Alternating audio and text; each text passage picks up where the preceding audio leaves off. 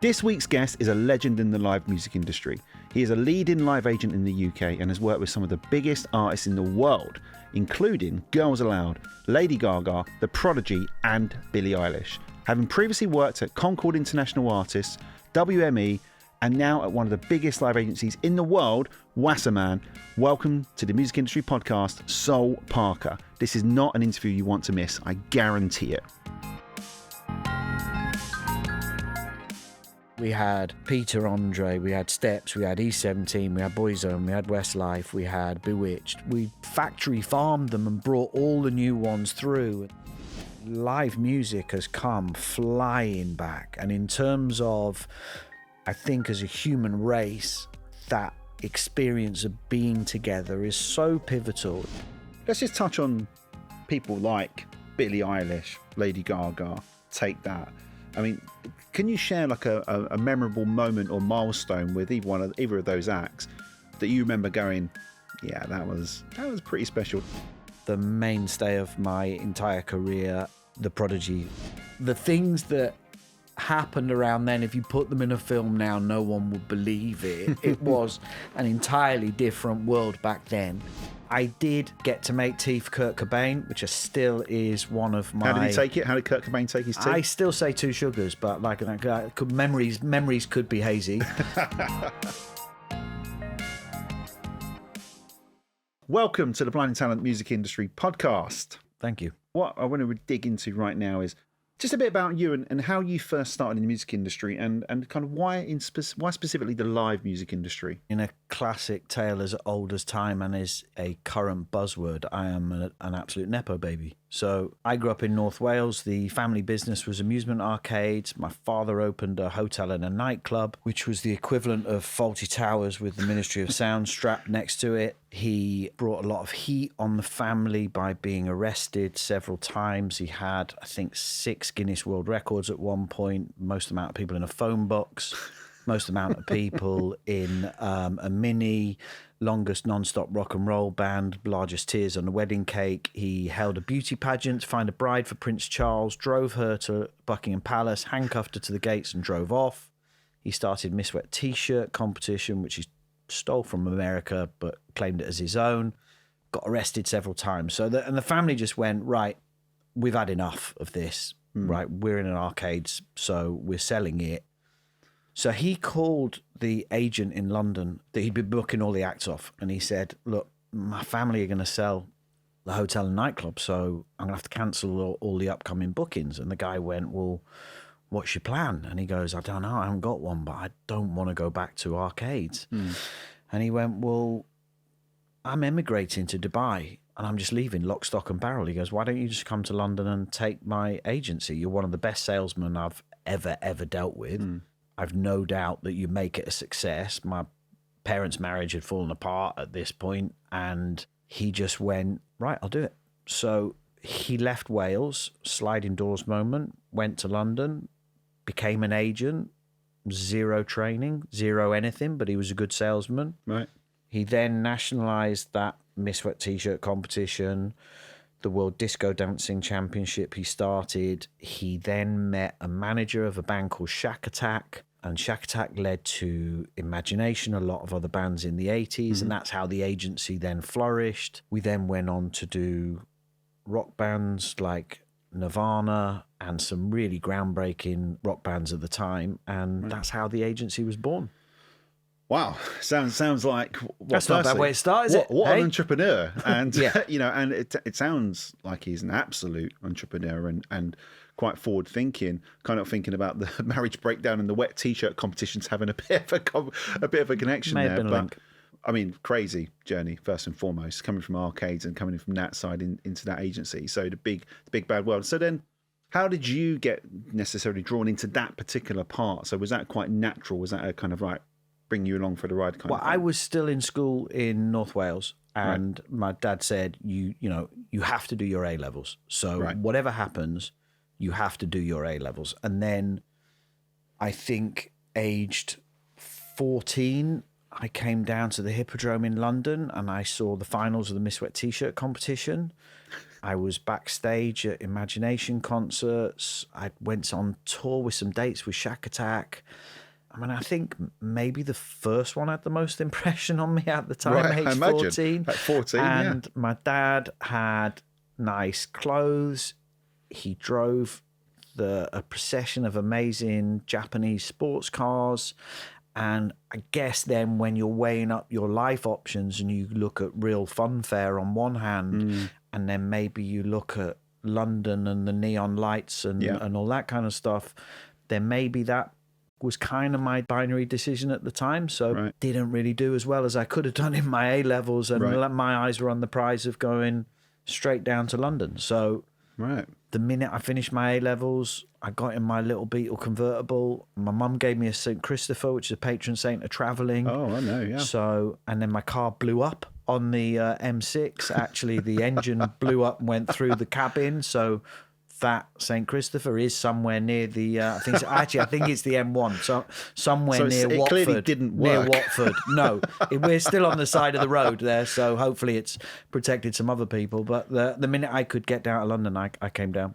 Well, I mean, look, it's not desperately far away from my journey. I kind of moved into the box, music, television, you control, straight out of A-levels. And I had a choice to make. And oddly, people don't know this, as I very nearly become a primary school teacher. Wow. This is true. I had a sliding doors moment myself where the opportunity arose to work in the box at the music team. And it was either that or PGCE at Roehampton University to study primary school education. And I just had a kid at the time and decided, do you know what? And also, it was always my dream to work in music. I think I'll go and do that, which is what happened. So look, so you've come down to London. Yeah. The bright lights of London, up north. What was the first band that you represented, and how did that experience kind of shape you? So the first things I did were, I worked in a bar, did all that kind of stuff. Then I worked for my dad. Then I was the receptionist, and this is the trial of the Nepo baby of. As I was the receptionist, all the rock agents. I mean, I am literally the poster boy of I was sent to the hardware shop and asked for a long wait, left-handed screwdriver. Right, like they properly put Yeah. me through it. But I did get to make tea for Kurt Cobain, which still is one of my. How did he take it? How did Kurt Cobain take his tea? I still say 2 sugars, but memories could be hazy. Courtney Love used to come into the office, and I made them tea on several occasions. So, one day, 18 months in, we had a caravan in the mid. There was an office with a little tiny square in it. There was a caravan in it, and my dad summoned me over, and I was like, "Oh shit, I'm in trouble again!" And he was like, "Come here." And went in, and he opened the caravan door, and there was like one sofa, a bit bigger than this, and then there was a big long desk, and on the desk there was a phone and a notepad and a pen, and he went, "Congratulations, you're an agent," and shut the door. And I was like, "Shit, what am I going to do now?" I was like, "Right, well, I'll make tea. Start. Have a cup of tea." And at the time, I was into dance music. I was, 20. So it's 1991. So, and I'd started DJing. I'd started collecting records. And at the time, you go to the record shop, they get your records, and then there'd be someone's mobile number on the back of every single one. So, and I remember then, the first act I ever looked after were a band called Bassomatic. Now, they had a song called Fascinating Rhythm. It was William Orbit, who then went on to produce Madonna's Frozen album and was an amazing, amazing producer. That was probably one of in the records I had. I called them up. I said, "Can I be your agent?" And they were like, "Yeah, brilliant." So, great. A couple of months go by, I get them about 3 or 4 shows. And I remember one was called Butterloggy, a rave up in Middlesbrough. They did that. It was brilliant. But then they called me up on the Monday afterwards and said, like, the weekend was brilliant. We had 2 amazing gigs. Oh, fantastic. Absolutely fantastic. But unfortunately, David Levy from another agency has called up and we really like his roster, so we're going to go with him. And I was like, shit, so it was the first act I ever signed, but also the first act that ever fired me. It was only about 5 weeks in between the 2 things. Wow, So, okay. But it was the start of the rave scene. So I then very quickly made really, really good friends with all the guys at XL, Richard Russell and Nick Hawkes. And I still work with Nick Hawkes to this day. Right, yeah. I Were know Nick. one of two of my biggest believers at the time. I worked on pretty much every single act that they did. I mean, every single act they did, they gave me the number straight away as they signed it. Yeah. I was their tour manager when they were an act called Kicks Like a Mule. So right. I very quickly, between them and another company up north called All Around the World. Mm-hmm. No Man Crystal. I did, yeah, and I loved them to bits. I actually had a project. I was signed to them as an artist once, which didn't go anywhere, so I didn't make them any money. So sorry, Matt and Chris. Were you like an early incarnation of Entrance, maybe? It was after that. Okay. We were called Dance United because me and the guy that were doing it, one of my best mates, Pete, we're both Man United fans, and it's dance music. I mean, this is how deep it got. This is where we brought our big education into it. So right. yeah, no, and that didn't go anywhere. But they gave me access to all of their roster. So throughout the 90s, I then built up pretty much all of that rave scene. Then Enjoy, Dream Frequency, Shades of Rhythm. Shades of Rhythm were amazing. They were on ZTT. The Prodigy, who I still work with Prodigy, to this one of day, my and all-time the faves. mainstay of my entire career. Alternate, who were amazing. Liquid, and then all of the XL stuff that I did. So I pretty much throughout that 90s came out with a very sizable dance music roster. But at the same time, you know, we had that rock side of it, and the rock world had some very traditional agencies and stuff. And we kept finding that when we had a big rock act, then, you know, when the big agencies would come in, they would steal them. And then I guess at the height of it was Nirvana. And they took not only the act, but they took the agent at the time as well. Right, wow. I mean, when that happened, my father, he was just starting. He'd kind of set back from being an agent, and he was running the agency. But then when they took the biggest agent we had at the time with Nirvana, he was like, I need to get back into booking. So one of the first acts he got in that pivot was E17 with a manager called Tom Watkins, who was a legendary manager, Bros, Pet Shop Boys beforehand. I think he even wrote West End Girls alongside Neil Tennant. And he was an amazing figure. And like the things that happened around then, if you put them in a film now, no one would believe it. It was an entirely different world back then. I mean, it sounds like you got a story there. There's a few. But E17 was the first one. And then we went on a tear in the 90s alongside the dance stuff that I was doing. My father, he then just made massive inroads into pop music. Right. And we found that dance music and pop music, the major agencies then, they were only interested in rock bands. So they left us alone. Like, we did Steps, and the first time they even got a call from a major agency, we were on the third arena tour. We were doing matinee shows, and they were selling 300,000 tickets on every single tour. So we kind of flew under the radar. But it didn't fly under my radar. I remember at the box, they were such a 5, 6, 7, 8, and it was kind of kicking through. Yeah, I mean, look, everything we did would have been on the box. You know, we had Peter Andre, we had Steps, we had E17, we had Boyzone, we had Westlife, we had Bewitched. We factory farmed them and brought all the new ones through. And then we had, obviously, the support slots available. So, you know, and then I did Another Level. I mean, my big ones, I did loads of pop music, but, you know, Blue and Girls Aloud coming out of all that as well, which then goes into the 2000s. So that was the natural progression of the agency through those times. I mean, very rarely do I hear a combination of stories that include Steps and Nirvana. It's not necessarily something we see here together here. It sounds amazing, Soul, because a lot of bands you mentioned there. Now, I'm of an age where the 90s were incredibly important to me, and some of those artists you mentioned there, like Nirvana, absolutely. You know, I mean, we had Vanessa Warwick on an earlier episode of this, and she talked quite at length around her relationship with Nirvana and the Seattle scene more broadly. And yet I still think about Steps and some of those pop bands you talk about. And my first experience, actually, so when I joined the box in 1997, it was Peter Andre, Mysterious Girl. It was all of those Steps songs that you were talking about there. You know, even some of the early incarnation of Atomic Kitten, you know, and I remember Hugh Goldsmith. My first ever conversation with a guy in the music industry was with Hugh Goldsmith. who called me up on a Friday night whilst I was working at the box. I was 17, 18. And he said the track was called Right Now, I think it was. It was the early one. And he said it's not available in Liverpool. Now, a lot of people don't know that the box was regionalised. Yep. So everyone who watched the box had a different experience in different parts of the country. And it was run by tapes and these big CDR things. And that was unavailable. So the tape in Liverpool, which is where Atomic Kitten were from, that particular tape with their music video on had got stuck. So he called me up to try and get it fixed. And of course, I did get it fixed. But it was the first time I'd ever had an interaction with someone in the music industry.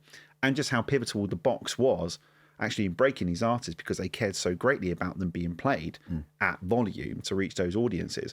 But it sounds incredible, Sol. Honestly, when you start talking about the early noughties, again, I get all of these Girls Aloud and Blue throwbacks. I remember being Well, Hugh was amazing. He was pivotal in that scene. Yeah. I mean, I did Blue with him. We did Atomic Kitten. I did Billy Piper. Yeah. There was a few others. Well, that Innocent Records time was just, he was, I mean, fantastic A&R, one of the nicest people in the world, you know, and I don't think he still lives there actually, but one of the nicest houses. I think he was the next door neighbour to Roman Abramovich for a while. I remember being at his house and the chopper came in and he goes, "Oh, that's Roman coming home." I was like, you live in a different world to me, Hugh.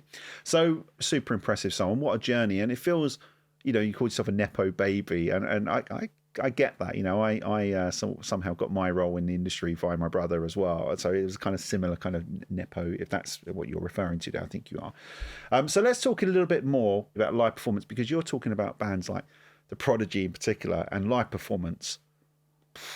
I mean, I don't think I've seen a better performance, really. I've seen them at Download and I've seen them at dance festivals, and they still tear it up. Always managed to straddle both, and by a country mile, they are the single act that defines my career for me personally. Right.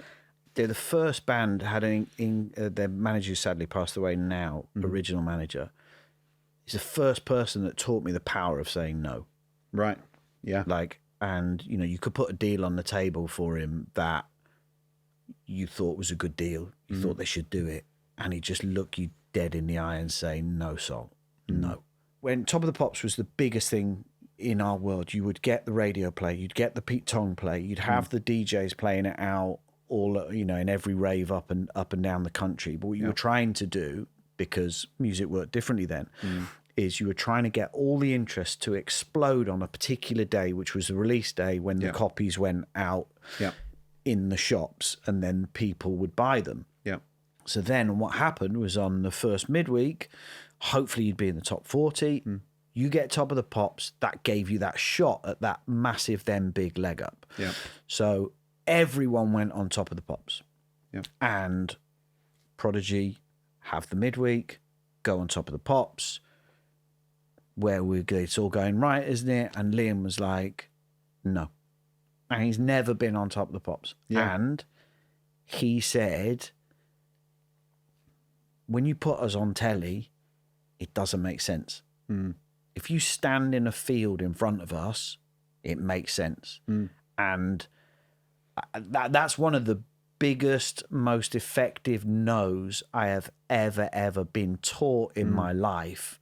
And he stood behind it and there's a lot of people that are saying, right, this is career defining stuff. If you don't do it, you know, you won't have a career. And bear in mind as well, is this was the first flush of it.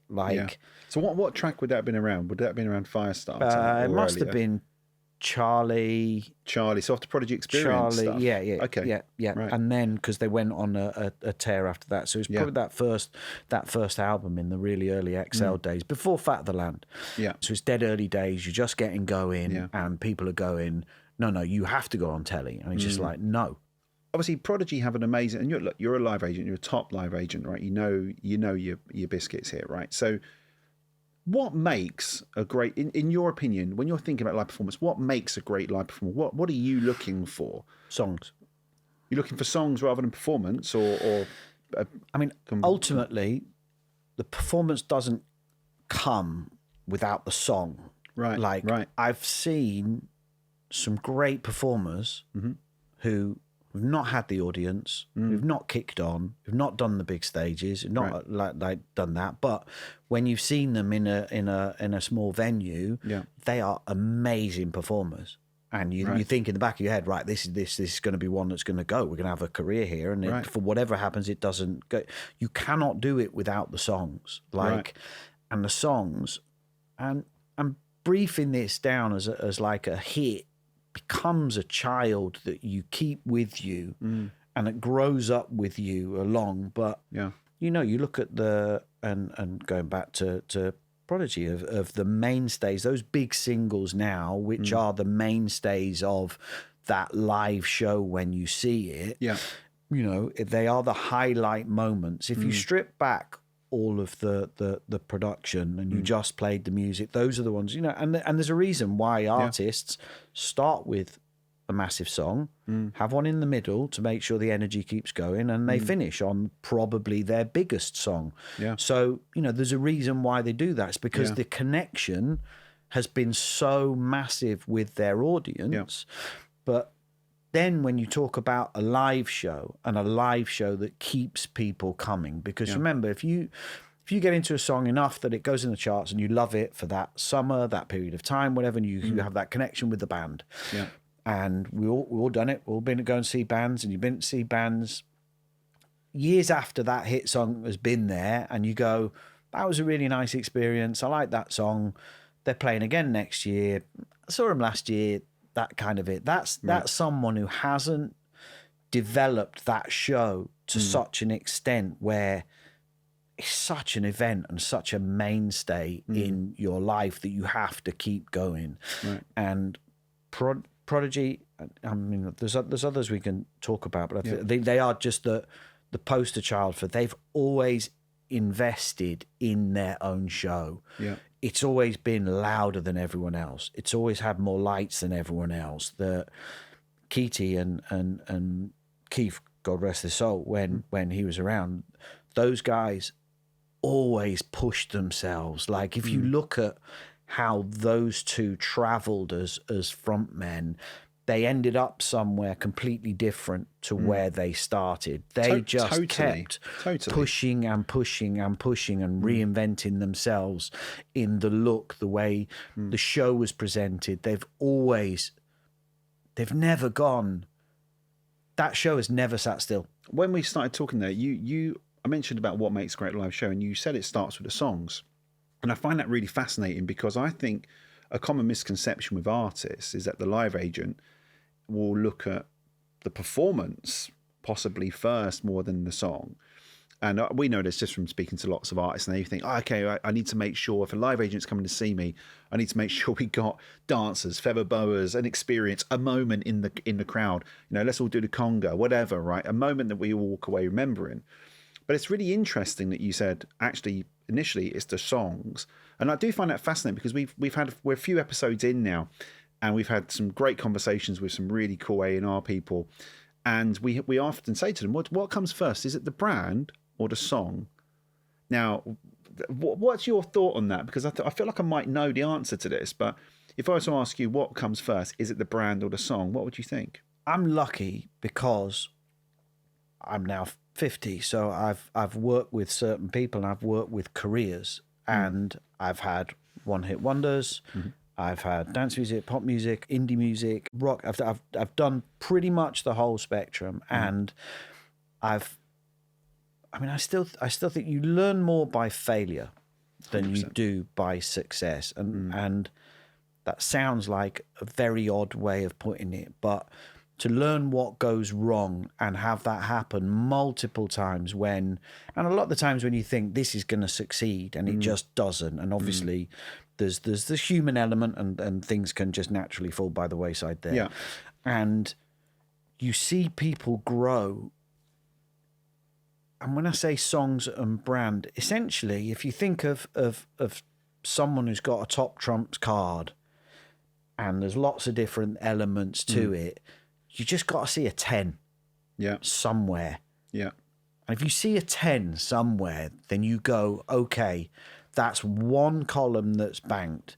Now, a lot of the times when you see people very early door, they've had no money spent on them. So how can you judge a production on them? They got Right. how you even if I love that analogy, by the way, the top trumps. For anyone, we're of a certain age, Sol, but hopefully people still play top trumps. But I think they do.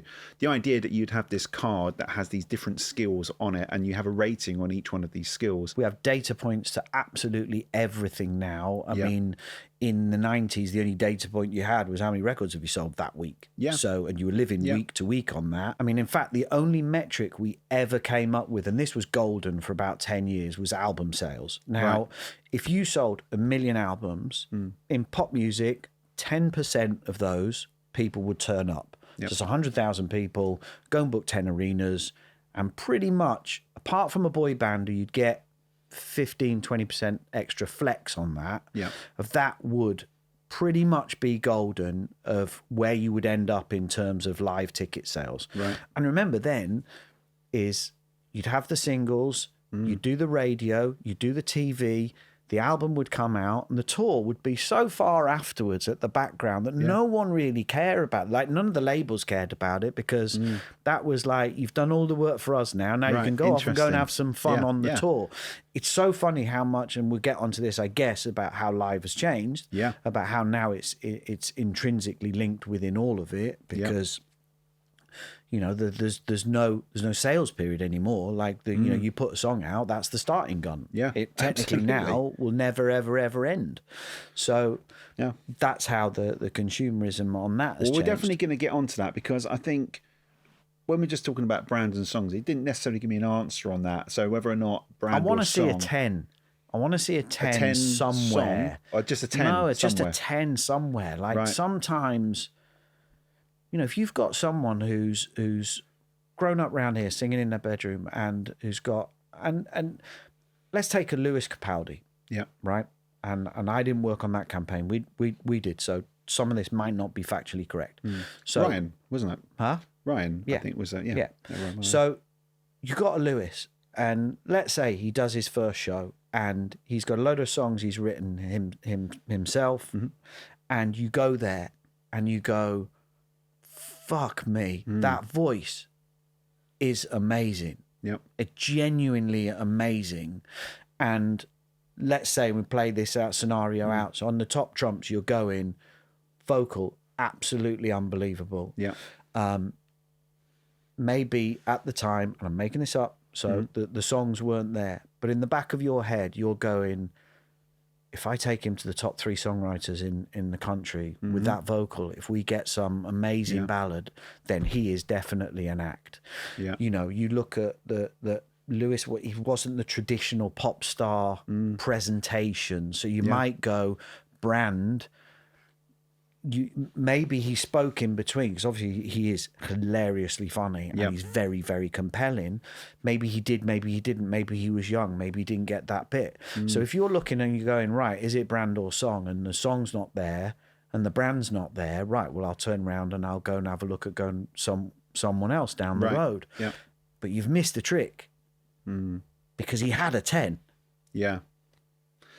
But that 10, I mean, I think he's a great example actually, because I remember that journey from my experience at the box at the time, and he was signed to a major label, and there were some serious question marks as to whether he was continuing being signed to that label, was what I was hearing at the time. And actually there was Lewis's kind of response around that time was quite interesting on social media. I think he may have even taken a picture of his own toilet at some point, right? And I think that was really at the beginning of the end of what was potentially going to be that relationship with the label. And then the song comes out. Then he's got a 10. And that 10 song is what just lifted everything up. Because I think you're right, because they'd done a lot of work on the brand. He lost weight. The pictures looked good. The hair was done. He was kind of almost kicked through the top shop conveyor belt. It looked great. Here's another story of and us as an industry. It's very hard to get it right because art, commerce, what drives into the heart of the consumer is tough. James Arthur was dropped either the week before or the week of release of his single. And the single then charted in Germany because Sony Germany was signed to Sony. Sony Germany were really, really, really behind him. Yep. He then got re-signed because of that success there. So, and that's, and that That wasn't a tin pot label. It was Psycho. It's like they know what they're doing. Yeah. And sometimes success can actually just come out of the blue, and you can get that explosion. And if that hadn't happened in Germany, maybe James would have been. Does that kind of make the suggestion then, Sol, that the industry can be a little too reactive sometimes? So quick on the decision, bit of a knee jerk, drop. Oh shit! Actually, things are going well. Quick, come back. I think the simple answer to that is the industry can be everything. Like the industry has got it extremely wrong and extremely right, and there's no line you can draw. There's no formula you can come up with. There's nothing out there that will give you the answer. Yeah. I think as long as you get it right more than you get it wrong, then the industry will survive. Yeah. But it's an imperfect world we're living in. It's like, how can you guess what is going to drive into the hearts of the nation when, especially now, you have unlimited choice. Yep. So, you've got 3 major labels, obviously, and all the other labels combined. Yep. Everyone's selling their wares at the same time. Yep. Which one is everyone going to choose? Like, up until recently, if you talk about breaking an artist, getting them over Brixton Academy, it was about 5,000, so getting them over that level, we had an average of 1 a year in the UK, which meant that the 3 major labels with hundreds of staff in an amazing building office, even they couldn't do it once a year each. Yeah.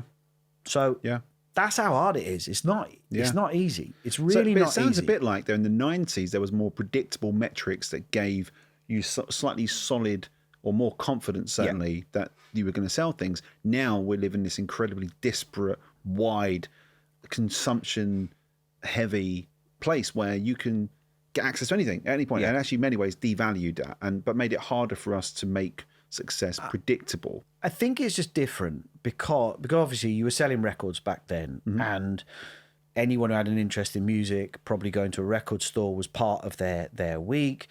You fall in love with songs on Top of the Pops, you'd want to own it so you could play it at home, and you'd go and buy it. That's it, you owned it. Whereas we now have the all consumption model, so habits are changed. You don't necessarily have to like that song that week of going. And also now, is a teenager then was probably only into the kind of music all the other teenagers were into now. Right. Into then at the time, whereas now you can be into anything. Yeah. And listen to anything. Yeah. So there's no urgency. You've got certain tribes which are still prevalent and are still there, but when everything is at your beck and call, there's less urgency. So it's a lot harder. I mean, the joy of life as well now is back then you need to know someone who had a studio like this. And then even if you did that, you'd have to get it recorded, which was very, very costly. You then had to know someone who knew someone whose dad worked at a label or something like that. And there was so many gatekeepers that stood in between you. And then even just to the basic of you just went, all right, stuff it. I've paid for my recording. I'll press it up myself. Then you had to press up 1,000. I used to do it, 1,000 records. It was like 1,500 quid plus VAT in the day. So it was all of this was very prohibitively expensive. Now, 600 quid laptop will probably get you there. A distro kit, 25 quid puts you on Spotify. You can go on TikTok and Instagram, which are the main biggest drivers at the moment socially before you try and go to play live. Yeah. All of that, you've done that for 600 quid. Yeah, it's easier. So consequently, unfortunately, instead of competing against the hundreds of acts now you're competing against millions. Yeah, what is it? 100,000 songs a day uploaded to Spotify now. Is that the stat I was wondering? I heard it was between 2 and 3, but it's a lot. It's a lot. It's a lot, and ultimately now as well is the marketplace is so flooded, so crowded. You now have. Like it's extremely hyper localized as well with Spanish acts, South American acts, Brazilian acts. Now, obviously with K-pop, J-pop, and Asian music like that, and everyone has a hyper local market as well. So it's extremely congested. You're right, and I think we're going to get a little bit on to navigating some of these challenges for artists at the moment. But I just want to touch on you know, you've worked with some iconic artists. We've talked a lot about the Prodigy already, but let's just touch on people like Billie Eilish, Lady Gaga, Take That. I mean, can you share like a memorable moment or milestone with either of those acts that you remember going, yeah, that was pretty special. Little Soul would look at Big Soul and go, well done you, that's pretty special. So all three of them, I'll take Gaga first. So Gaga was working at William Morris, signed out of America, and I got asked to take her on. So I had a look. Yeah, it looks a bit crazy. I quite like it. Couple of tens music, in there. pop music. Yeah, definitely some tens in there. And they were like, right, we're going to launch her in the UK first, because I think she'd been through 2 or 3 record deals. Mm-hmm. You know, America's a big market. Britain's a tiny market. Obviously have an incredible relationship with pop music. And I think they were thinking she was a Madonna Mark II. Mm-hmm.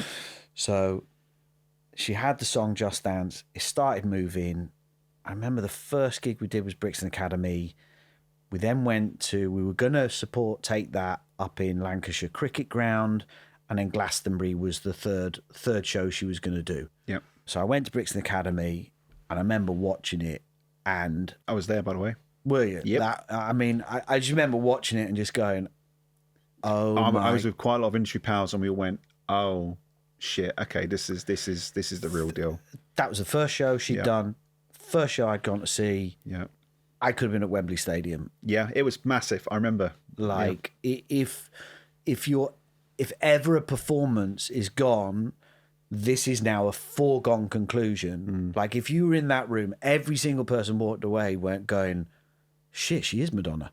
Like, well, it was super textured. There was lots going on. It wasn't just dancers. It was everything. It was playing. It was everything. All the visuals running. Yep. Obviously, all the costume changes. So then what happened as well is she was running all of the visuals, and she was programming them, still filming them. She was programming the whole thing herself. She ended up having people working 24/7.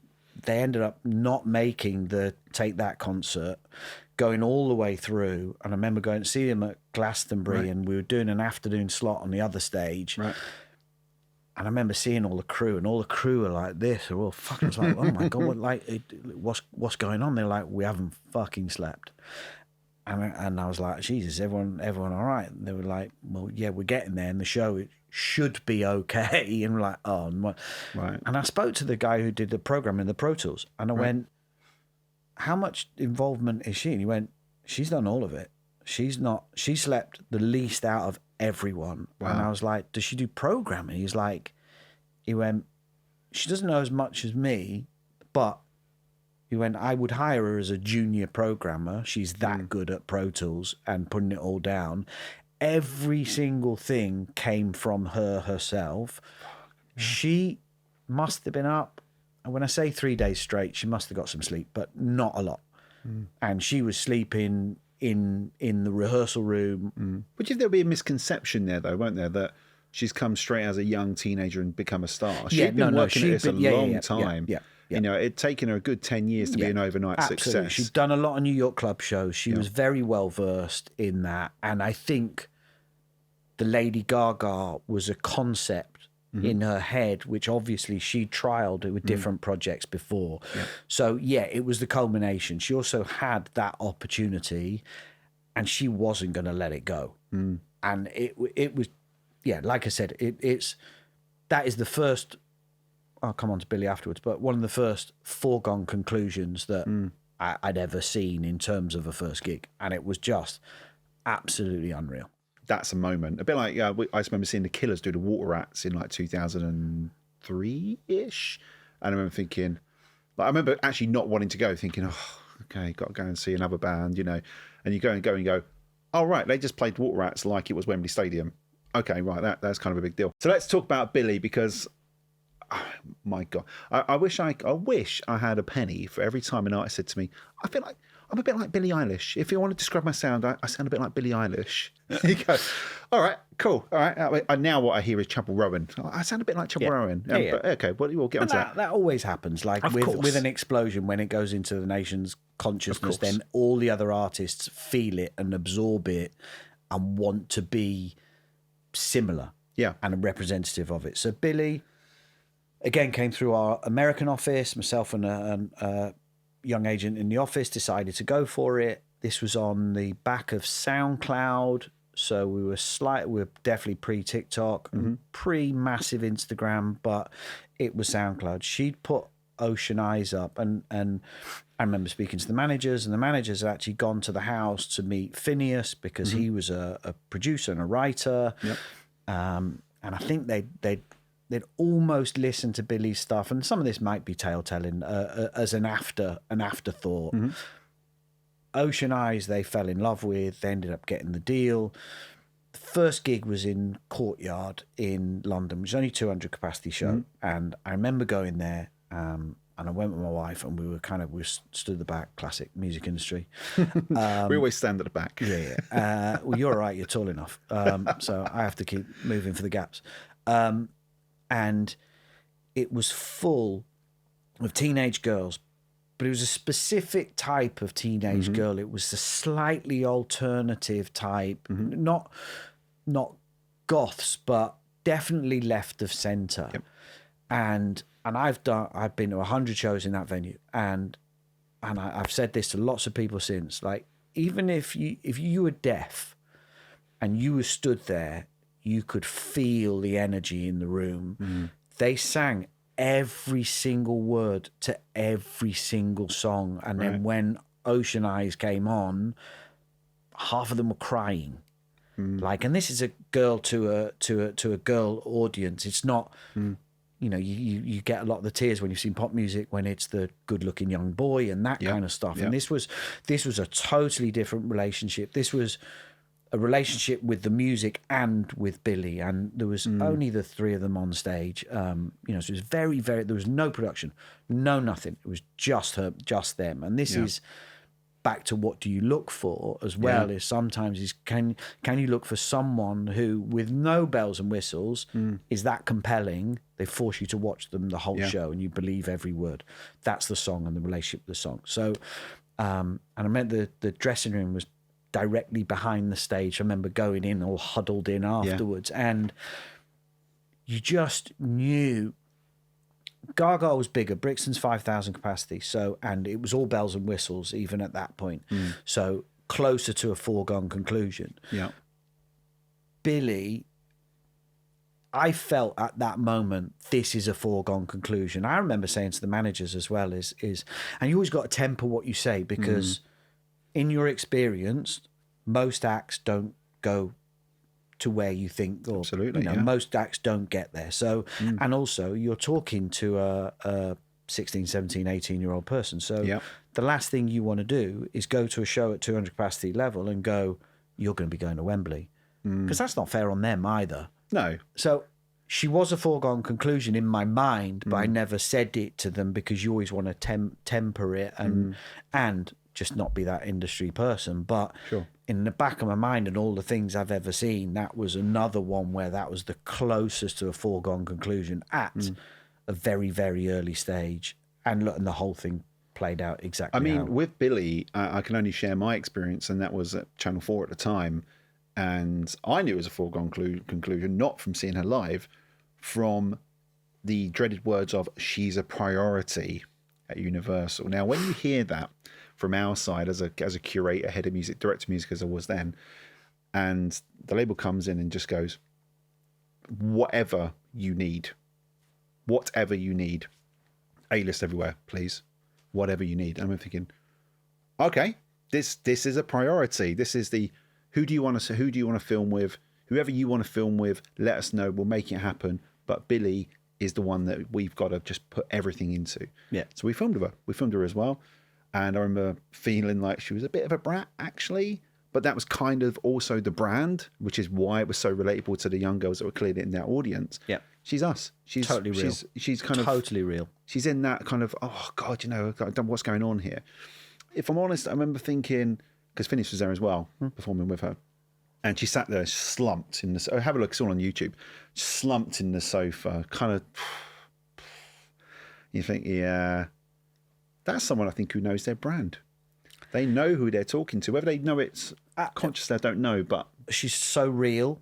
Yeah. And I think there's artists you deal with that are so real, and I'm back to Prodigy again, who are so real that there's other artists where you try and match them to a brand and you try and make a brand to make it believable, to sell it on. There's other people who just exist. Yeah. And, you know, if you want to call me a brand, call me a brand, but I'm just me. And she was just her. Occasionally, she was surly skater chick from LA and she just didn't give a toss. Yeah. Because she wasn't trying to be something. What she was, 85% of it was perfect for the brand if you wanted, and the other 15% was when she was grumpy or whatever, and that's just me, and I'm not going to change. And that's that authenticity that very few artists have, and that a lot of others have to become a persona to be able to feel authentic. So, in your opinion, you didn't think that was in any way a persona? That was her through and through. Totally her.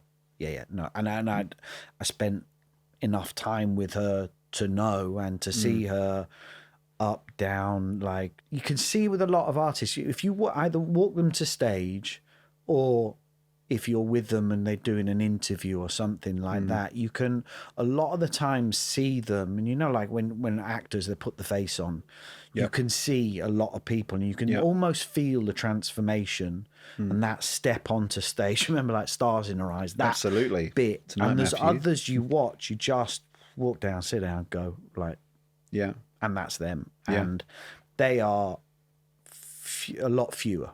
I found it interesting when we were talking about Gaga and Billie there in the same breath, and I think Gaga probably at the time had a slightly more cynical approach to it. Was this is the Gaga concept, as you mentioned. I kind of agree. I don't think Billie had the concept, but I think there was an authenticity about her that even as someone at that time, what was I, early 30s, maybe whatever, it was mid 30s. I'd just say they're different products at different times. Totally, yeah. And I think that's it. I think that's the point, isn't it? Because Gaga was before that, quite some time before that.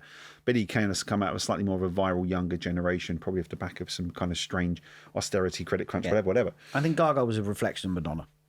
100%, yeah, and I think that was clear. I don't think she was going. You might not get the reference. No, we know exactly where you're coming from, Gaga. We didn't talk too much about Take That. I mean, often being. I think my biggest moment with them had to be. I mean, I never looked after them first time round, and when they split, I then looked after Mark Owen, and I looked. Was after that around the Clementine? Yeah. Oh, okay, cool. Yeah. And we did loads of stuff with him. And then when they got back together again, I mean, we had this kind of unique relationship as I did all of their corporate work and I did all of their outdoor festival work and then European stuff. And I think the biggest moment for that, and that's the thing with songs and why hit songs are essentially like children, and they'll never leave you, never desert you. And you know, your markets can go up and down and stuff. But that first time we did Hyde Park, 65,000 people. And that'll do, wouldn't it? I just stood there listening to it. It was just... But it was 4-piece at that point. Yeah. So it was like The Flood. It was that kind of era. Great. I was just absolute magic. Yeah. And I think one of the most successful boy band returns in my lifetime, if not the most successful boy band return of my lifetime. And, you know, as often being called a fat Gary Barlow, I kind of was like, oh, great, they're back again. So look forward to getting this taunt. So look, we talked about some amazing artists, and they are, I mean, so clearly you've had an amazing impact in the live industry so far. And I'm sure there's many, many, many more years of this. But let's talk a little bit about the industry itself and some of those challenges, because the live music industry has been challenged in the last 5 years for a few little reasons, which we'll talk about. COVID being one of them. I think I remember even when the under 14s changed, or sort of just after the MySpace era, the 14s clubs kind of disappeared, which I thought was quite sad, actually. And then there become less live music coming through from that side. And then, of course, COVID happened. But tell me a little bit about kind of when do you think the live music industry kind of went a bit off course? And then what changed, and then how is it kind of coming back now? Well, I think the biggest thing obviously is COVID. Is the live music absolutely stopped, and you had a disease which spread when people were in close contact, which obviously just does not fit with our live music concept. So, you know, we started back, we tried to do the live broadcast things, which just didn't have that same relationship with the consumer. We then came back and we did seated stuff, and you know, you had that. No one really enjoyed that. So, I mean, the only person that really enjoyed that was my dog, because he got walked every single day. But you obviously sat there for a year thinking, is this ever going to come back? And then when you do the online stuff and it's not really working, the seated stuff, it's not really working, you're like, shit, are we ever going to come back here? Is this ever going to come back? But I think in simple terms, what has happened since then is live music has come flying back. And in terms of, I think as a human race, that experience of being together is so pivotal. It's so much a part of our fabric of the way we interact with each other that currently we're enjoying the fruits of that, because gigs, festivals, it feels like such now a pivotal part of your process of getting older and your relationship with your friends and your family and all that. And even now with like the Taylor Swift ticket side of it, it's almost, you take that into account, which like I've always really concentrated on that teenage to early 20s. I deal in pop music and dance music, so that's always been really the focus, and stuff can go in fashion, out of fashion, nightclubs go out. But even now you add on top of that of all of my middle class friends of, oh my God, are you taking Tarquin to you know, to Taylor Swift? Yeah, we've got two and you know, it's become such a weird middle class badge of honor now. Is it a bit like that? You know, it's a bit like Man City and Chelsea fans taking their Tarquins to a Premier League club. Absolutely, it's more like that now, isn't it? Yeah. But I mean, look, long may that continue. I just think it's become endemic. I mean, next year, stadium tours that are out there, and I know of more that are going to be announced that aren't even announced yet. Is, I mean, I counted like it's over 10 artists are doing stadium tours next year. Wow. When I was growing up, it was either the Rolling Stones or U2, and that was it. And even they didn't do it every year. Like, to get to stadiums was completely a rarefied atmosphere, and there was a handful of people that could do it. Whereas now, and I think, you know, Dua Lipa, Lana just put up a Wembley this morning, and I just saw they've added a second one. Yeah, I saw that. That's you know, that's Lana Del Rey, who's had 10 albums and a phenomenal career, but not necessarily anyone you would just peg as she'll be a stadium act one day. Right. So, and I think obviously Taylor's probably changed the game on that a little bit for people in terms of what you imagine it makes a stadium artist. But State of the Nation is, and I think we've had our biggest year ever in history this year. And I think the industry will have its biggest year ever next year. We couldn't be in better health. But I think so. The bit my experience of this is we largely work with independent artists, and clearly their experiences. And I'm going to launch a Wembley, date next week. Catalogue artists have really benefited from this bounce back. I think that's without a doubt. I think people, as you rightly say, understand that connection and experience, and they are experiences now. Taylor Swift has a fan zone, like you would if you went to an FA Cup final. There's a fan zone, and you get more experiences in there.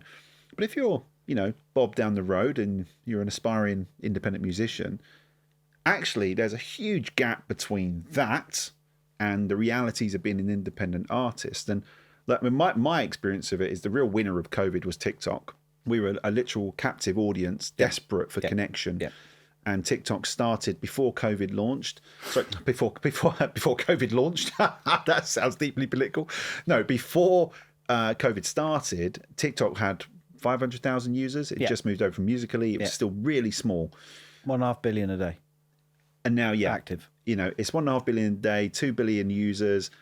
And that's not including India, because it's not available in India, where there's another 2 billion people that could be using it. Recently, at least 2 record label executives told me if you are a small to medium-sized act, there's no way you can have a top 40 without a sizable TikTok moment.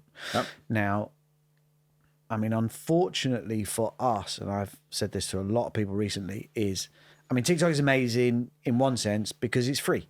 Yep. So anyone can use it. You just got to be compelling. But unfortunately, what you have to do to stand out, and what I think is driving a lot of artists' mental health, is it's not good enough just to sing and write songs anymore. Mm-hmm. You got to be some kind of TV producer. You got to be a TV personality. You have to be a comedian. You have to, and that is driving people mad.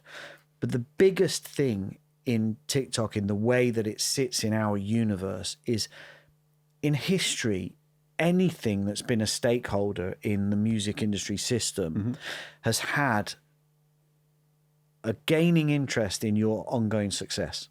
Like, we've always had layers. You've got your smaller acts, you've got your starter acts, and then you go into the next division. So if there's any stakeholder involved where you flip up into the next division, that stakeholder then, they just had a lot more interest in you going even further. Yeah. That's the bit about TikTok.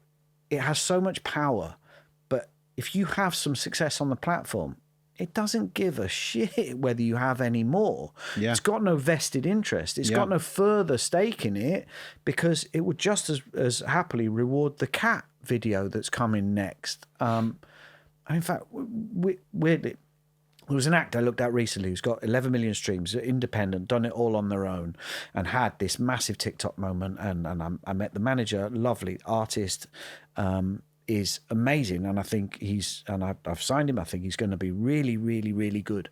But then I went on TikTok and I had a look at, where did that success come from? And that success on his song came from cats of TikTok. And when you sit and you boil that down and you think, I've been in the industry 30 years now, and I'm getting really excited by someone whose moment has come from cats of TikTok. Like, that's such a fucking weird place to be right now, but no less valid, because I think he's actually a very good artist with some good things to say. But that's just how mad TikTok is. And that's just of what,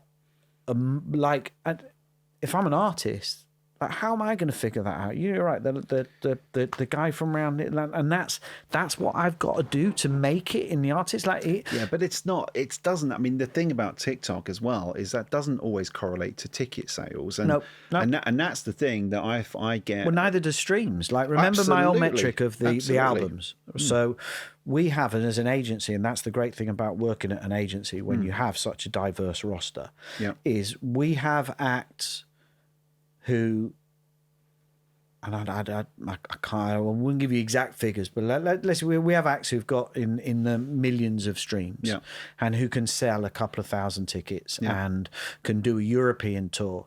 We've got acts who've got tens of millions, I dare say hundreds of millions, but tens of millions of streams, who don't sell anything.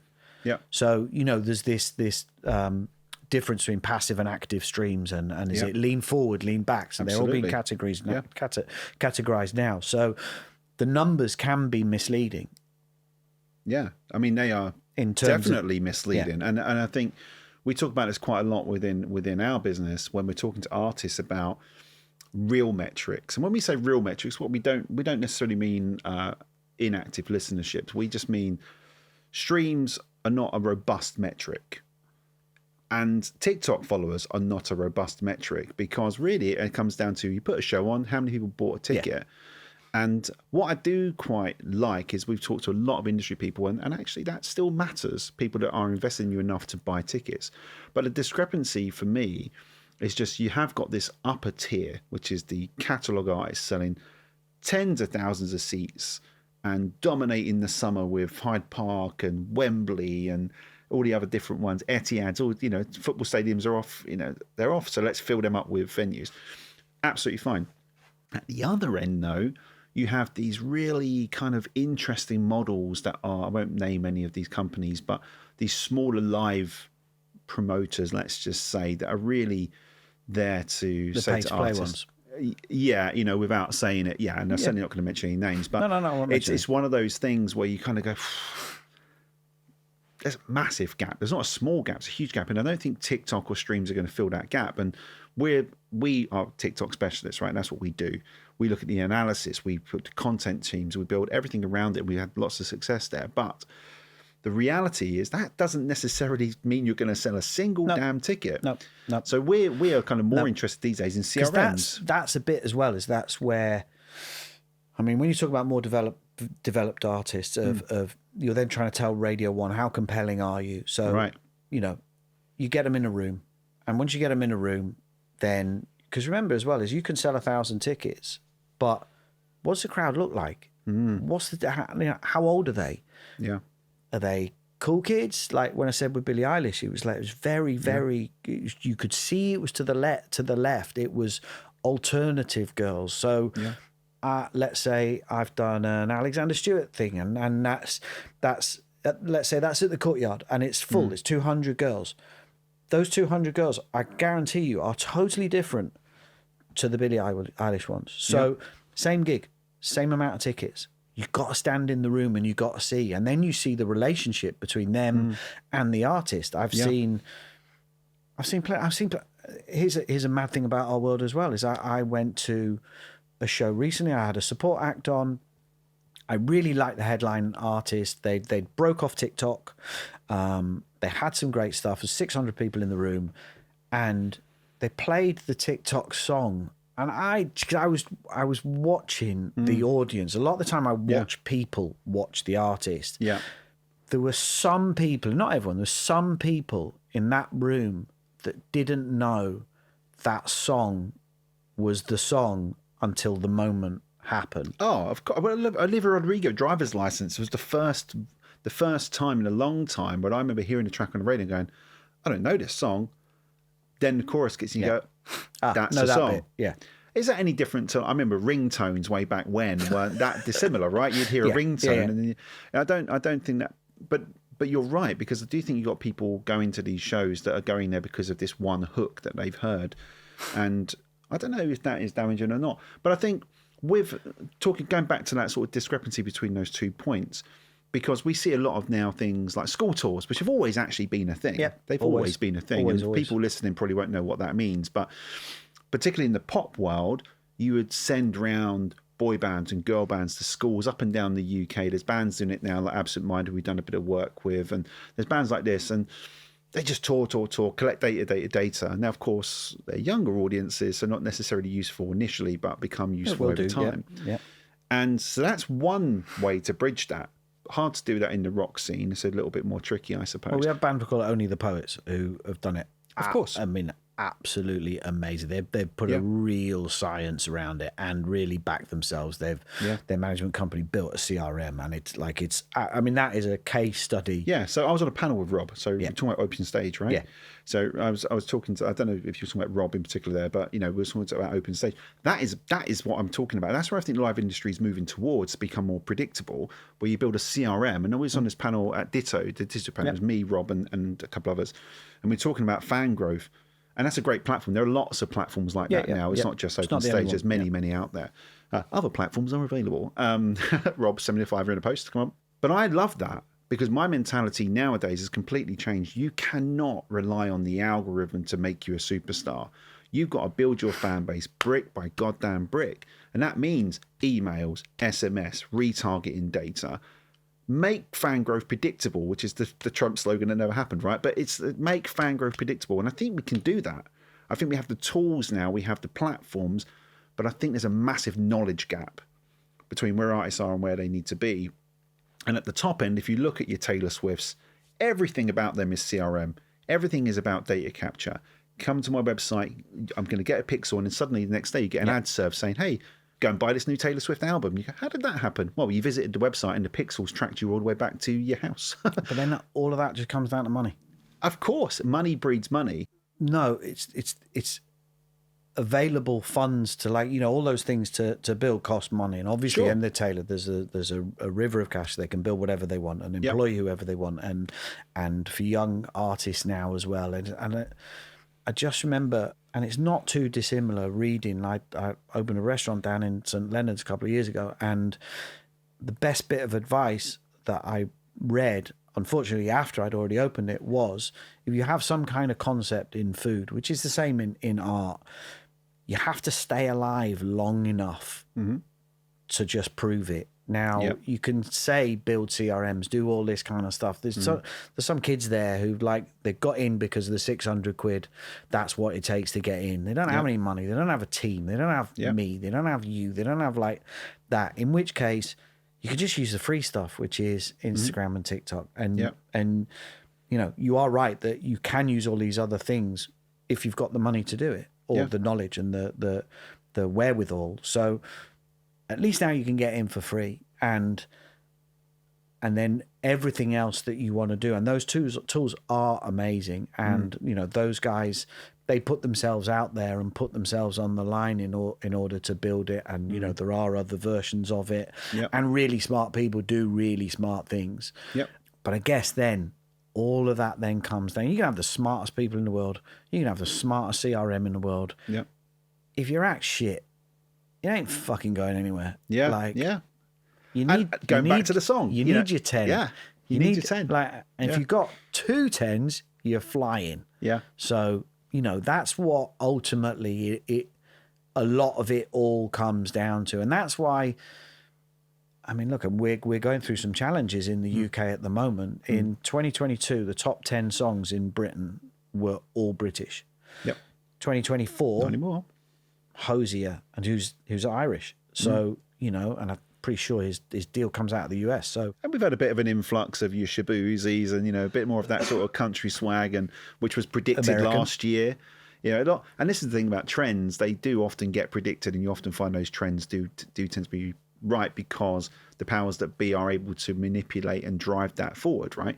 And you and I have been in this industry long enough to know that you can force certain agendas, and you can. Yes, it comes down to the song, but those great songwriters can kind of write most genres, right? They can write. I just think we're in Britain particularly, we're in for a bumpy couple of years. 2 of the chairmen have recently departed. There's 3 of the 3 big houses. If we're not producing songs that are on the top 10 biggest songs of the year, we've got a bumpy couple of years ahead before someone comes along and changes the landscape. Now, after me, you've got Colin Barlow. He's got a new girl band. Could change the landscape. We work with lots of independent artists. Occasionally we work with major label artists, but mostly independent artists. And one of the things that we get asked pretty much every time, actually, particularly our developing talent, how do I get on that support slot? So they'll see Oasis goes up and they go, I think I would fit that. I see Taylor Swift go up, see Billie Eilish, see Lana Del Rey go up, see Take That go up. How do we get on that as a support act? Choose the best agent. Right. Okay. So, folks, no, that's a horseshit. Sorry. Well, choose the best agent, but the best agent got to choose you. Look, you need a good team. You need a really, really, really good team. I mean, obviously, those kind of premium slots, everyone would want them, but actually, in truth, you should really. I mean, there's always exceptions to this rule, but you should really only be shooting above. If you look at the music industry and you think of it as a tiered system in terms of where the venues you are at the moment, you should really only look at the tier above or the tier above that. Right. Because essentially, if you've only ever played on the stages that are that division below, your show isn't ready. And I've seen lots of acts who then appear on this massive stage don't know how to use the stage properly, haven't got the stagecraft, who stand there like this, and you end up being very underwhelmed. And being underwhelmed is not a feeling you want anyone to leave with. You want to play in a room full of someone else's fans, and you want to stand a significant chance of as many of them as possible going, bloody hell, you lot were good. Oh, let me connect on your socials, because you're in the same kind of region as the act I already like anyway. I'm the type of fan that could like you, even if there's a little bit of a disparity in the kind of music.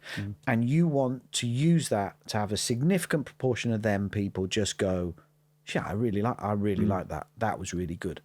So just shooting for, I'm sure every single band who's just started at the moment goes, I want to play those Oasis shows. And actually, Liam Gallagher said it right. You ain't fucking ready. Yeah. Like, you're not ready. Unless you are of a sufficient size, you are not ready for what comes with a stage that big. Because essentially as well, and even in stadiums, and you get it in arenas, like in arenas, a lot of the view is bad. A lot of the sound is a little bit patchy. But if you love that artist, then what happens is when 12,000 people around you, like I went to Noah Kahan recently at Stick Season, which my son is obsessed with him. And for me, I'd started listening to his stuff, but I really only knew Stick Season. Now, it's shone a light on his entire catalogue, and he's actually got some amazing songs, which a lot of people hadn't heard yet. Yeah.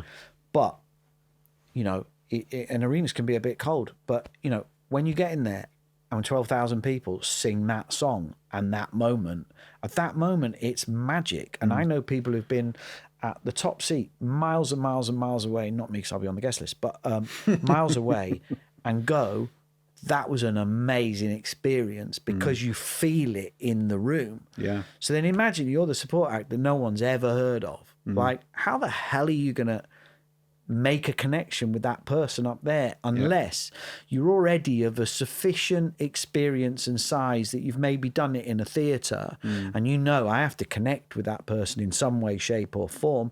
So I've got to use the stage, I've got to use my stagecraft, I've got to try and bring them in as much as I can without a hit record. So that is one of my main things that I do say to people is just there's no point reaching that high unless you have a personal connection with the artist, or unless that artist goes. And a lot of artists I've got, especially nowadays, they are very, very savvy on the music scene, and there's certain acts I've got where they'll let me choose the support act, and we all have this in the industry. There's others where they want to be consulted on it and they'll have a listen to a few and they'll pick some, and there's others who just say, get me that person. So, it's there's all shades of it out there. So there's lots of different ways to end up getting the slot. But essentially, you've got to have a good team around you who know and can navigate the waters and can also, instead of, if you go to an artist, who do you want to support? And they just list 5 of the biggest, baddest acts out there. But this is what artists are like, aren't they? They're not going to go and say... A lot of people then send their people off and they're running round and round in circles trying to make that happen. It's just that, in a lot of time, that's not going to happen. But here's a list of things that could. Yeah. And then you go, right, who out of this team, who's got connections with anyone involved in this team? And then, it might be a manager or it might be me go, actually, do you know what? I know that guy. I know, and then you go, right, let's focus on them and let's try and get them. I think you're absolutely right. And we're both football fans, and I think there's an awful lot of analogies here, right? You could argue Chapel Roan was in the Conference League 10 years ago, and she's kind of worked her way up the divisions, maybe even, step 6, she's worked her way up the divisions and earned the right to be this overnight sensation that's taken 10 years to get there. 2014, I think she started, if I'm right. And Miles Smith as well, was it 2018, I think? Look at Charlie XCX, 17 years deep. Yeah. Yeah, I remember getting the first Charlie XCX. But again, these artists just evolve, and I think you said it earlier. It's about staying in the game, surviving in the game, and getting to that point. I mean, what it feels like now is it's just going to take you that long to get into a significant amount of people's hearts and minds when they're busy on Netflix. They've got, they're gaming, they're YouTubing. They're like if you think of the possibilities of things that compete for your attention and your time now, it's huge. Yeah, it's huge. Like it's you start with, can I have 3 seconds of your time to listen to this chorus on TikTok, and I'll stick it with just my best lyrics on there. Like, can I get that from you? And then, you've heard it a couple of times, like, now, would you just come over to my Instagram to have a look at that? And And then it's like, I'm doing a gig over here. Like, and the drop-off rate there. Well, we talk about it as conversion and marketing funnels. We do talk about it in a very basic, well, not a basic way. It's quite complex from a marketing theory point of view, but it is a conversion rate. The amount of people that you bring to your your world, that actually become interested, that actually can be bothered to go and listen to anything, that actually might give you their data and come to a show, that actually might consider themselves fans, and then might actually tell other people about you. There's a staged process to this, and sometimes that happens quite organically. And I think certain artists just demand those stages from their presence. Some have to work pretty hard at it and do need these other platforms that we mentioned earlier to help facilitate some of it. But one key thing that I think is my take on it that's happened this year, and I think it's this year, and it's almost a reversal of where we used to be. And let's say if you take the Taylor Swift model of the grow, continue grow, get there, ends up in stadiums, blah, blah, blah. And if you then look at, I mean, Charlie probably is still that. You look at that model there. But if you take Chapel Rowan, if you take Noah Kahan, who else is there? There's another one this year. Oh, Sabrina. Even though she's done seven albums, but what it feels like we've entered now is we've entered an era of the mega hit, and the mega hit. Let's say Chapel's with Good Luck Babe, of that album. I think the album been out a year. There was a Lollapalooza performance in Chicago, which was 60,000 people as Good Luck Babe was exploding. Then two other songs end up in the top 10. So it's like the mega hit then takes you into the artist world. You're then going to listen to the songs that have already been out, and then they come hard at you because like you are so Chapel Rowan in now. Like, you know, that hasn't happened on Taylor, and it didn't happen on Charlie, I think, if I'm getting it right. Whereas it has there, and Stick Season, you know, and now he's got like things, and then he put Sam Fender on one of the songs as well.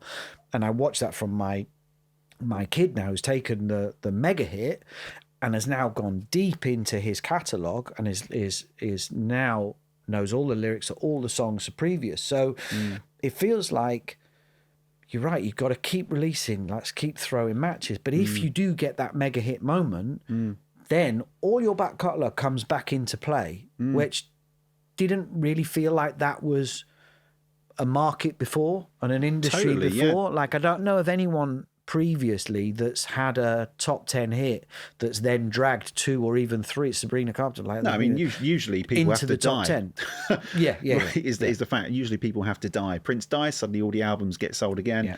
You know, that's what used to happen. And I think you're right. Now the rabbit hole is much more there, isn't it? You know, oh, I love that artist. Oh, I wonder what else they've done. Oh, quick, let's go all the way back. You know, and this is where platforms like TikTok and Instagram and all of that can give you access to those corridors. Previously, the mega hit would then just shine a massive light on your next song after it. Yeah.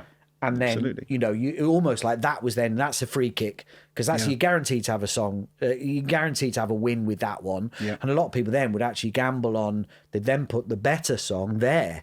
So, you know, it was only when the drop-offs then, it was like, no shit, the best foot forward there. So, whereas actually now the mega hit is dragging your previous catalogue into the charts, which I don't believe has happened in history before. No, certainly not. And look, as we're approaching the end of the podcast now, thank you so much for joining us. By the way, it's been absolutely brilliant. You know, you dropped a few sort of names in there, which is always nice. You know, but look, I'm sure there's gonna be more to come. Man, no one wants to just hear about me, do they? Well, do you know what? I think actually that the last couple of questions actually quite for us actually are about you. So looking back on your career, Sol, you know, and I'm sure you've got many more years ahead of you. But looking back on your career, what would you say is your proudest moment? For me. Obviously not the wet T-shirt competition. Was age 14 cutting the T-shirts whilst in situ was a moment. Then getting the jump ready. I think my definitely my proudest moment was the Prodigy doing Milton Keynes, 65,000 people. I mean, that felt like the culmination of a lifetime's work with them. They gave me my own porta cabin, and I had a little stretch of grass outside, and they put a picket fence on it, which could only fit 2 people in. A picket fence in a porta cabin. Yeah. I made it. Life goals. Like, I don't like. Yeah. Who said agents had egos? So, but no, it was seeing them. 65,000 people. There was no sound limits, and obviously sound has always been massively important to them. And there was no sound limits, and all of the bands that were coming up with them around. I think Chase State as Pendulum, like, there was a load of acts on as well. It felt like the best day anyone, if you like that kind of music. What a lineup. Chase and State as Pendulum, Prodigy. I mean, come on. There would have been a lot of happy people that night. And there was a lot, 65,000 and 65. one. Yeah. Yeah. So, and I think that's definitely one of the standout, I mean, there's been lots, but one of the standout moments of my career. And my father looked after them in the Fat of the Land era, and he unfortunately passed away in 2000. And then I've looked after them ever since. So they literally are the backbone of my entire career. And I just think I've seen them a million times, but that one moment, and they've got another album ahead of them. They've got still a great career ahead of them. But that one moment was just like, it was magic. That whole day went in. Can I ask? Well, I didn't go to that gig, sadly, but as someone when he was a much younger guy, loved the Prodigy experience, Horns of Jericho, Out of Space, Charlie. It was, that was Narcotic mine. Suite. Yeah, I mean that was mine. Me and my best mate Dan, we sit there with our floppy hair, and it was exactly as you'd imagine, and we'd listen to that over and over and over. And the fact it said parental guidance on the front, parental advisory on the front, just made us want to listen to it more. And so I'm very, very jealous. But when we think about those bands, I mean, they are incredible. I mean, 65,000. Did they play any of the old songs? Yeah. They did? Yeah. Oh, little Mark would love to have been there. So, sort of, we're getting ready to the end of this now. So, the question we always close with, right? We always close with this question. So, where do you see the music industry in 10 years' time? So, you're looking at crystal ball. What's going to happen in 10 years' time? What has fundamentally changed, if anything? Essentially, now I think we'll forever have access to music, anything you ever want. Yeah. I believe those habits will continue the way they are going. I believe it's such an important part of growing up and people's lived experiences that stay with them, that I think it's very, very hard to replicate that online. So I think 10 years' time, it's going to be really super healthy. I think obviously this localization, I think is going to carry on happening. I hope, my biggest hope actually is that the UK bounces back and we can give the Americans a run for their money in terms of art and music and creation. And at the moment, it feels like our biggest acts have a lighter footprint in the rest of the world than they possibly have done previously. And that's the biggest thing I would like to see. I don't have the answers to where it's going to go, but I want to make sure that, we're a tiny island. But if you look at what we've given music over music history, it's massive compared to our size and our relative size in the universe. And when you compare it to America, we are hugely punched above our weight. And I think it feels like at the moment is we aren't doing that. So my biggest hope is that we get back up there and our art, our music, our artists travel and have a really significant footprint throughout the whole world. Amen, sister. Because there was a little part of me going, and we'll fight them in the trenches. We'll fight them on the beaches. I agree, and I really hope in 10 years' time, I can't ever imagine human connection going away. Nope. Can't really imagine that, and I think actually what COVID proved is that we need it more than ever. And with the AI and robots and all of this kind of stuff, I think it will just make those live experiences better. And I'm like you, I'm an optimist. I don't think we're going to be controlled by robots and stuck into little eggs. And I think AI is just another tool. It's just another, like a BlackBerry was a tool. A BlackBerry was a tool when it came forward. All of these things are tools, and we as humans will just find ways of harnessing them to, But I think beforehand, when you used to have to download all of your emails onto the thingy and you go and read them and put them on the server and all that kind of stuff, and let's say I had 250 a day there. Now with an iPhone, I do 500-600 a day, blah blah blah. That's what that's mixing enabled. WhatsApp as well. You're suddenly communicating non-stop. Yeah, and maybe AI takes it to 1,000. You're going to do it all quicker. We'll just see where it goes. I think 10 years' time is a whole decade away, and I think there'll be lots of change since then. But look, thank you so much for your time. Pleasure. It's been just a brilliant conversation around your career, which started in the fun fair and ended at the Take That fun fair. It's not ended. It's not ended. It's not ended. That's true, actually. It's not ended. I shouldn't have said that. It's just that part has ended to your new chapter, which just begins, perhaps. But no, honestly, fantastic conversation. I mean, some of those stories are fantastic. I'm sure people listening will just go, fuck, that's brilliant. I'm definitely going to go back and listen to the Prodigy Experience tonight, by the way, because when I was kind of reminded, I thought, oh, God, little young Mark with his little curtains and his hopes and aspirations wearing a little spliffy jacket, things have changed. But look, really, really thank you for your time. Really, really appreciate it. Thank you so much. You've been listening to the Blind and Talent Music Industry Podcast with me, Mark Adams, and special thank you to our guest, Sol Parker. Thank you very much. Thank you.